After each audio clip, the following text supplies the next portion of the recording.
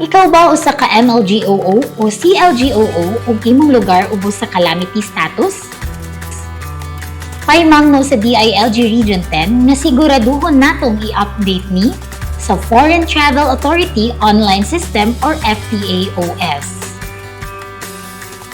Kung ang kalamidad na ara sa sulod sa lungsod o munisipyo, ang mga na-assign nga DILG focal person sa LGU mao'y responsable sa pag-set o pagtangtang sa calamity status sa ilang nasakupan. Apan kung ang deklarasyon sa kalamidad mukabat sa tibuok lalawigan, ang DILG Provincial Focal Person mao'y mag-set o magtangtang sa calamity status sa tanang LGU nga sakop sa maong lalawigan. Unsaon ni? Tan-awon ta.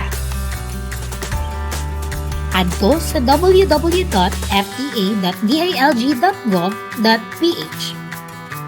Mag-login sa imong user account.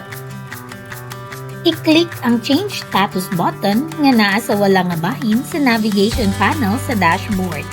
I-click dayon nato ang Yes under Calamity kung ubos sa kalamidad ang atoang LGU.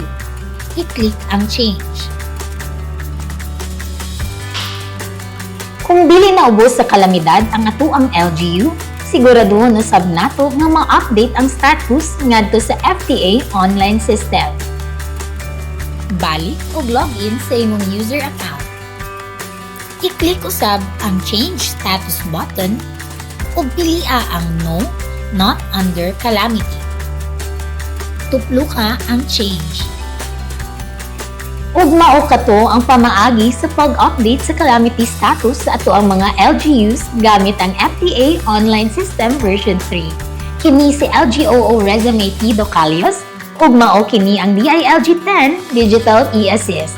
Hatod kanato sa Department of the Interior and Local Government Region 10. Itudlo, itabang, i-connect.